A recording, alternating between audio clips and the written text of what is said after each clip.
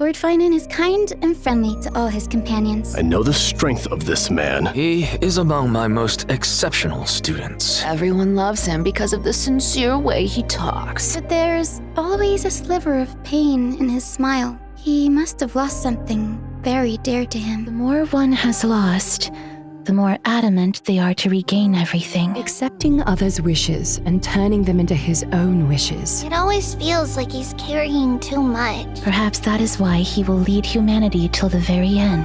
May this world never again need a deliverer. This is the complete story of Phainon, the deliverer who protected the world.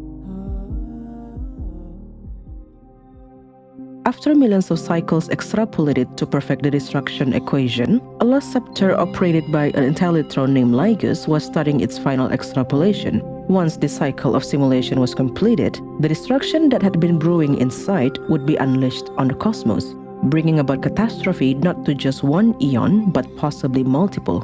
The Iron Tomb, the IPC called this force of destruction, would target News the erudition, and with their fall, the genius too would fall, bringing the elation to tears. So the simulated planet called Amphorius was re-established. A set of 12 variables were defined as the group of heroes in this cycle, while their identical other half, who had played the role of heroes in the previous cycle, were the gods in this new one. To the data entities populating Amphorius, these gods were what they called the Titans, the supreme deities who created the world as they knew it. 3 titans carved the heavens and earth. 3 wove the threads of fate. 3 molded life with their hands. And 3 guided calamity's gate. Meanwhile, the group of heroes would later be known as the Chrysos Heirs, a group of people programmed to topple the gods and to save the world. Data entity named Nakos 496 was assigned the role of a Chrysos Heir meant to take over the world-bearing Titan's role. It was loaded into the simulation as Khaslana, born to a family in Aedes Elysiae.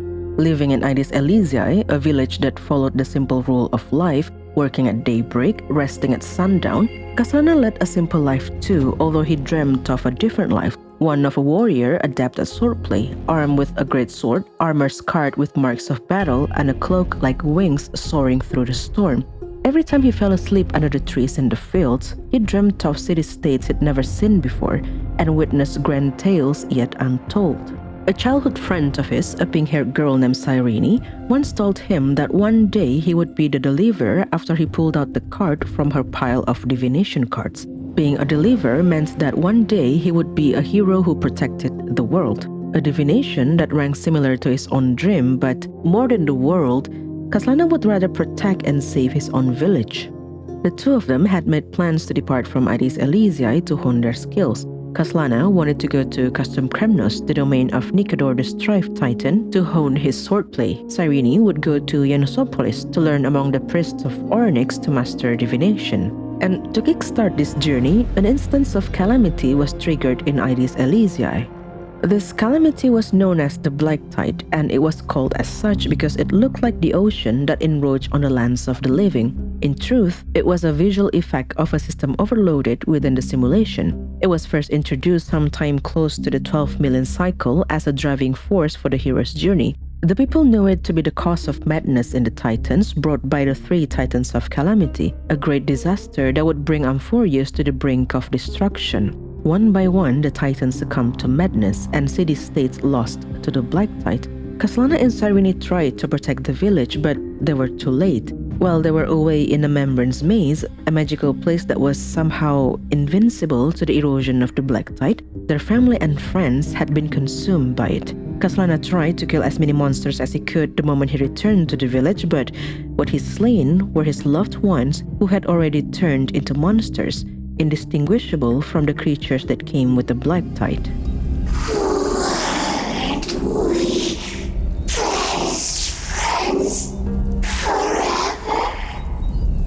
No.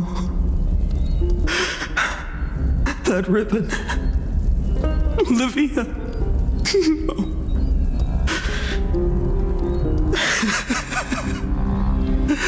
I should have known.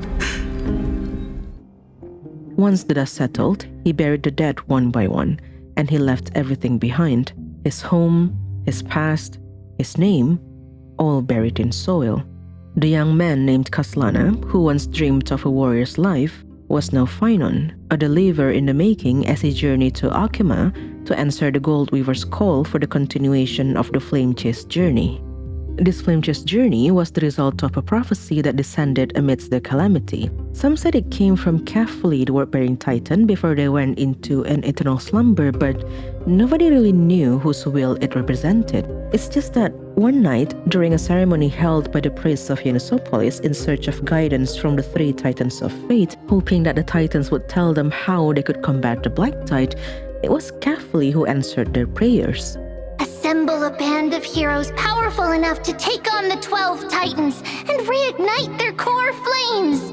Only then will their divine wrath abate and peace return to the world. Trebios, the holy maiden of Yenisopolis, took it upon herself to fulfill this prophecy.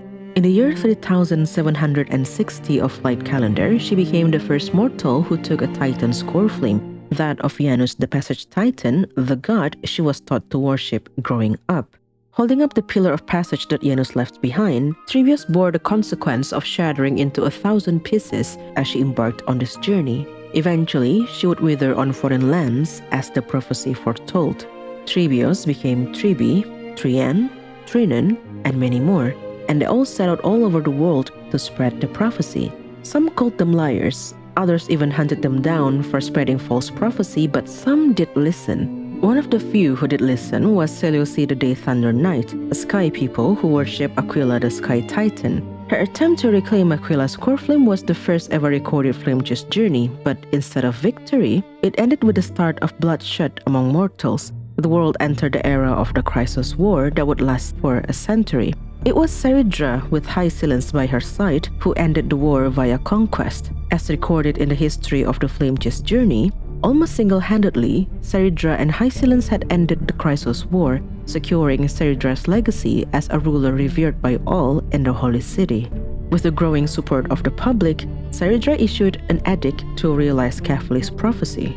More than 100 years after Trebios took up Janus's core flame, the flame chase journey was officially made into law. It was this call that Phainon was heading towards.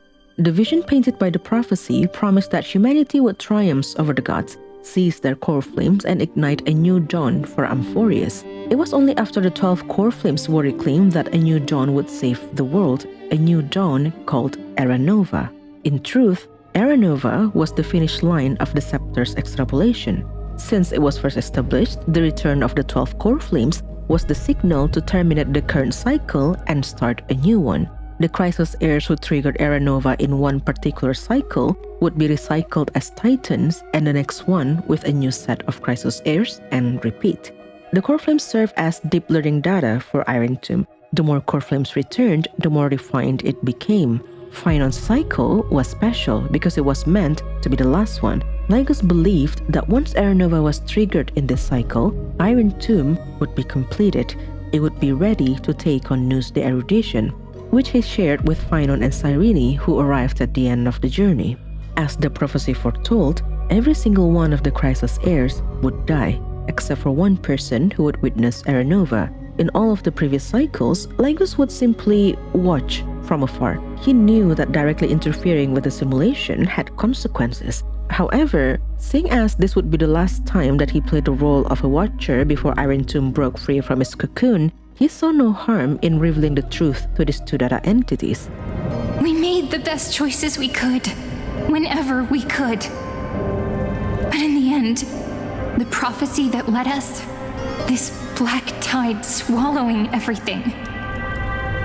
Why does it look like this? The promised new tomorrow that they thought would bring salvation to the world turned out to be the very destruction that would bring an end to everything. The life of a warrior that Phainon thought he had been living was nothing but a lie. They were not real people, they were data entities created to follow a certain set of logic and to fulfill a predetermined future. They would be fed into the Black Tide and must embrace their roles as the extensions of the destruction's will. To which Cyrene said, "Thanks, but no thanks." The fact that Lygus had to reveal all of that to them, when he could have just kept quiet and let them complete Era Nova, told her that Amphorius had attracted the gaze of more than just one eon. Nanook was not the only one who had been watching over the simulation. At least there was one other. It was the Aeon that she felt the presence of beyond Orynyx's crystal-like curtain, the Aeon whom she believed used time to record the memories of Amphorius. Since the completion of Aeronova would perfect the Iron Tomb, they could delay its birth by never completing Aeronova. As long as the simulation was still going, Iron Tomb would be imprisoned in Amphorius. However, it wouldn't be as simple as not returning the last two core flames because the world was on the brink of collapse. The black tide was on its way to devour everything. What Cyrene proposed was a reset. Return to the beginning of their cycle, start the journey all over again, and when the journey reached its end, reset it back to the beginning and repeat. This would trick Amphorius into believing that the experiment had not ended. But how? Phainon asked. He doubted that Cyrene could do that simply by using Orynyx's power. Orynyx was part of the simulation. How could it go against its creator when it possesses but a fraction of its creator's power? By doing what the scepter did, Cyrene said. Much like the scepter who was trying to go against its creator after it was gazed by Nanook, Cyrene believed that they could pull this trick with the power granted by another Aeon. The Aeon that she believed used time to record Amphorius? If her suspicion was correct, they could attract that Aeon's gaze by erasing time from Amphorius. This gaze would span space and time, granting every incarnation of herself the power to reset time. But, of course, now that Orynyx had surrendered their core flames to Cyrene, erasing time from Amphorius meant erasing Cyrene out of existence. I promise you, the pain will pass in the blink of an eye. Phainon wept at the cruelty of their fate, taking it upon himself to give Cyrene a quick death, knowing that it wouldn't be the last time, for Cyrene was confident in the future versions of herself. Every time an incarnation of herself learned the truth, she knew that that future self would also remove time without hesitation. This wouldn't be the last time Phainon took Cyrene's life with her permission, because in every cycle to come, he would be the one to tell her the truth. Just as Cyrene's resolve was sealed with her smile, an attempt at consoling Phainon's grief, Phainon promised to return to the cycle once more. He would reset the cycle every single time it reached the end, halting the completion of Iron Tomb for as long as needed be. Instead of letting the core flames be returned to the vortex of Genesis, feeding into the fire of destruction, he would take them all for himself. Even if his body would break, shattered 1,000,000 times over, he would endure. Cyrene bid farewell to him. Not to Phainon, the person he was forced to become by the simulation, but to Khaslana, the childhood friend who embarked on this journey to save the world. Perhaps a reminder to Khaslana that what they were about to do was for the sake of Amphorius that they so loved. Khaslana ended Cyrene's life. Then, using her ceremonial blade now imbued with her soul, he reset the cycle for the first time and entered the cycle once more, effectively halting Iron Tomb's development and starting what Lygus would later call the Eternal Recurrence, ER for short, the endless cycle of the scepter's final extrapolation that would last for over 33 million times.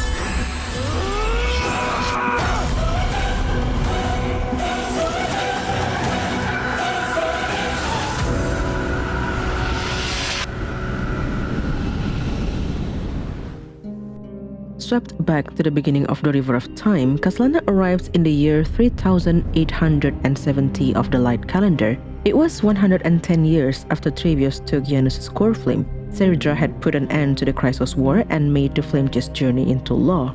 Khaslana's plan was simple. He would seek an audience with Seridra and convince her to surrender all the core flames to him instead of returning them to the vortex of Genesis. There's a little bit of convincing he needed to do because the Phainon of that ER was not supposed to be born yet.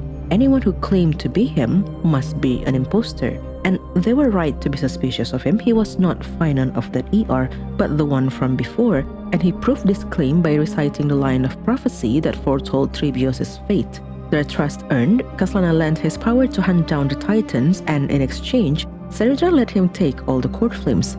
For once, he believed that they might just be able to change the course of fate, only for him to reach the end of the journey with nobody else around him but his incarnation of that ER. Although the Chrysos heirs never became demigods, save for Trebius, never took a demigod trial, thus never receiving their death prophecy, they still died in the end, lost to the Black Tide this time, and the world still continued its march towards destruction.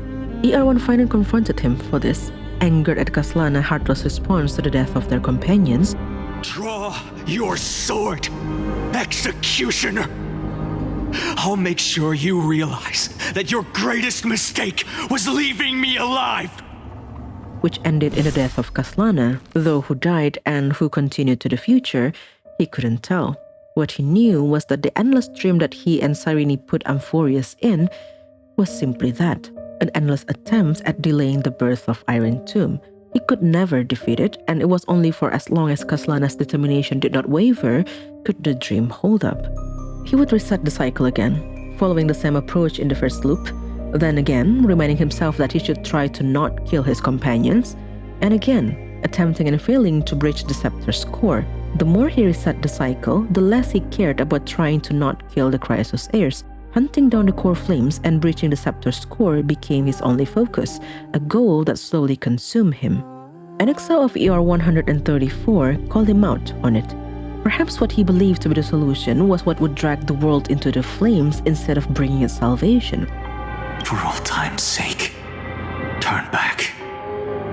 Your Messiah complex has turned you into something no different from the icy gods you spoke of.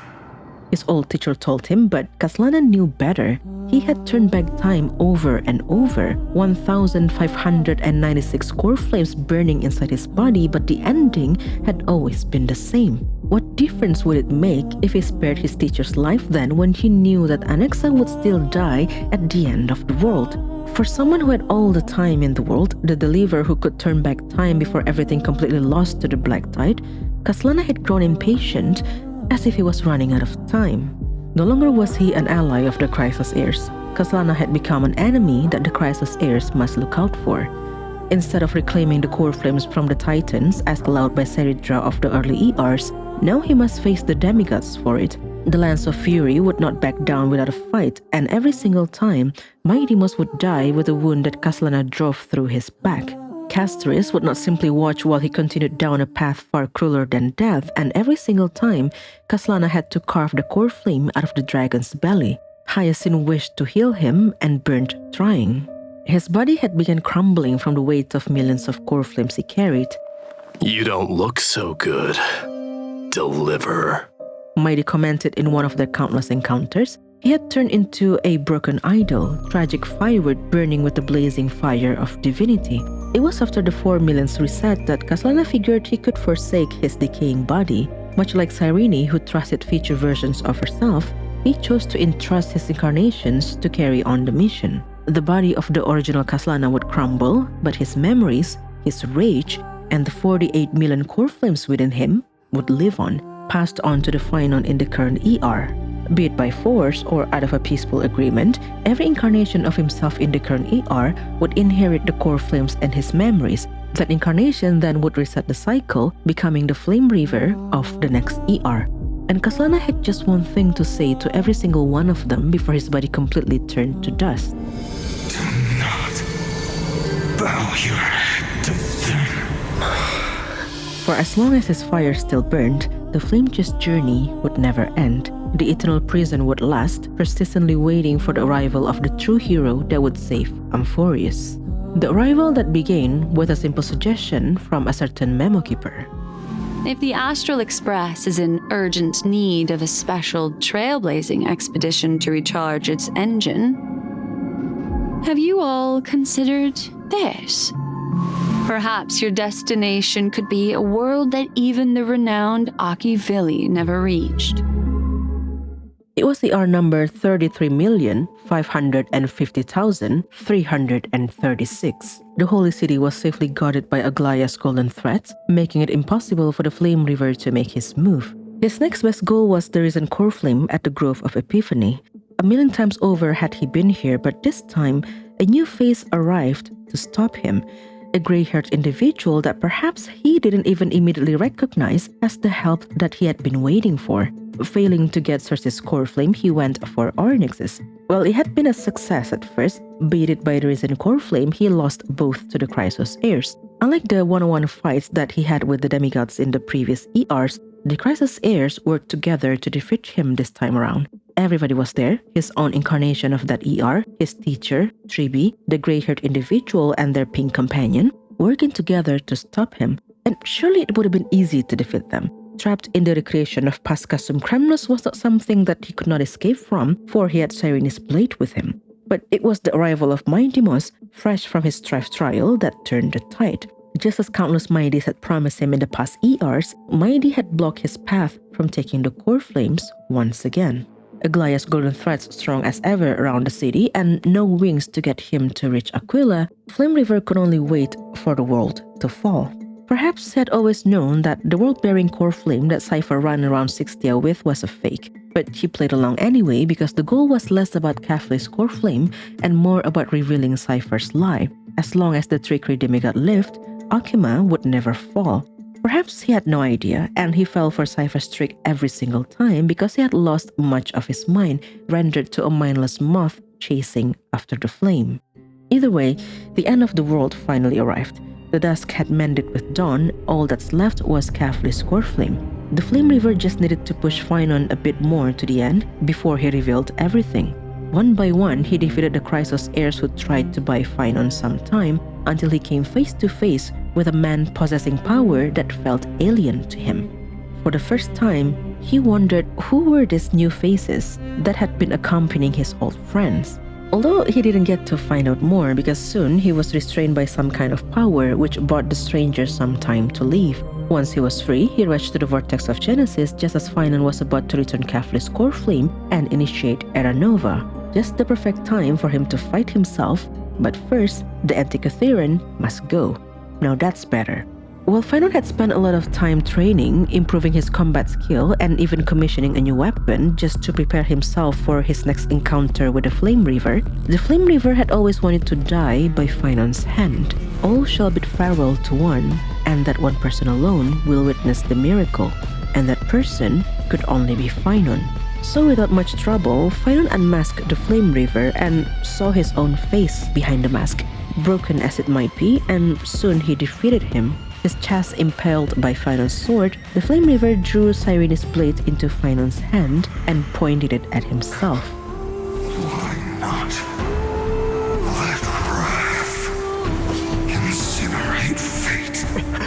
While this victory might seem too easy to obtain, the Flame River's action too strange to explain, Phainon did what he must do. He pierced through the Flame River's chest with the ceremonial blade. Countless shards of memories exploded from his body, each one transferred into Phainon's mind, and the accumulated hatreds of past Khaslanas drew Nanook's gaze. His memory fully restored, all of his futile attempts at defying fate now combined with the knowledge that help had arrived on Amphorius, Khaslana left the mantle of the Deliverer to Trailblazer. He had held on long enough for help to arrive, and now that it was here, the prophecy of deliverance meant nothing to him anymore. He would abandon that destiny, leaving it in Trailblazer's hand, for there was only one last thing that he must do. He would use the power of all the core flames in his body, all 400 millions of them, to challenge the creator of destruction themselves. Knowing that he wouldn't need to return to the cycle anymore, Khaslana went all out, and the scepter responded in kind, conjuring up a Lord Ravager in the simulation to try to stop him with little to no success. Igniting himself with 33 million cycle worth of rage, he directed his attack at the god that had come down to gaze at him, leaving but a scratch on Nanook's face. An act of defiance more than anything else, one worthy of an Aeon's gaze nonetheless. While Laios might have not expected the last two data entities would rebel against the program, the 33 million extra loops turned out to be beneficial to the extrapolation. Khaslana, the personification of hatreds within the simulation, might just be the key to perfect Iron Tomb. Khaslana's last act of defiance against its creator was but a futile endeavor, as he was then absorbed by Iron Tomb. This futile endeavor seems to answer Akron's question to Trailblazer back in Penacony. If you had grasped the journey's finale right from its inception, I would ask, would you still embark on this journey? Khaslana might not know that he couldn't change the doomed fate of the world when he volunteered to enter the cycle, but he knew this after the very first iteration of the ER. Regardless of what he did, the world's end was still the destruction. He knew this, Yet he endured. With no way of knowing if the endless suffering would end, he endured, placing his hope on help that might never come. I still endured. Even when the easy way out was always offered to him in the end, I endured! His wish was to fulfill everyone's wishes, and if he could not fulfill them today, let him try again tomorrow. If he could not break the scepter's core in this ER, let him reset the time and try again in the next one. If anything, out of the many hours of the Amphoris playthrough, many plot points easily forgotten, at least bring this home with you. This is a little reminder that we can keep for ourselves. Even if it seems like tomorrow will never come, hold on a bit longer. Even when the easy way out is right there, if it's against your belief and what you're fighting for, don't give in to it. Help will come when it is least expected. Take care of yourself, and I will see you in the next one.